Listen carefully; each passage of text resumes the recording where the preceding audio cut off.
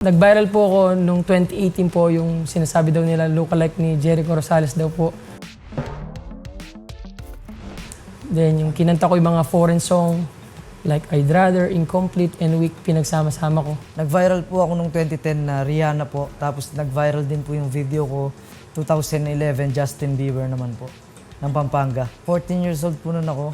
Tapos nagtitinda po ako ng kamote. Ma'am, bil na po kayo ng kamote. Pambili lang pong bigas sa bundok. Pambili lang po ng tsinelas. Ay, ayoko niyan, sabing ganun. Maraming ganyan sa amin. Kantahan ko na lang po kayo, ganun. Ba, marunong ka bang kumanta? Sige nga, oh.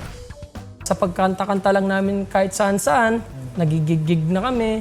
Yung may nakikilala na kami mga artista din, mga kaibigan namin. Tapos biglang kakanta ka ng R&B song or pop song Or reggae dyan, classic, rap. reggae. Magugulat yung customer. Ay, hindi kayo mukhang Aita, sabing ganun. Hindi kayo Aita kasi yung pronunciation nyo pa lang ng ano nyo, kinakanta nyo parang pampuring, sabing ganun. Papaliwanag po namin nun, ma'am. Iba na po kasi yung mga Aita po ngayon, ma'am.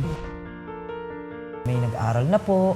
May kahit di po nakapagtapos, at least nag-aral po sila. That's why ganun na po ngayon yung mga Aita modern na po. Naipapasok po namin yung culture song namin po. Before po kasi talaga kami kumakanta po like sa mga event po.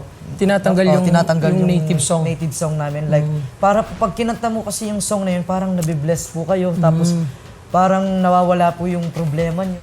Ako, pangarap po talaga yung sana meron ng maging artista na singer na Aita. O hindi lang singer, Actor, acting, entertainer, Oo.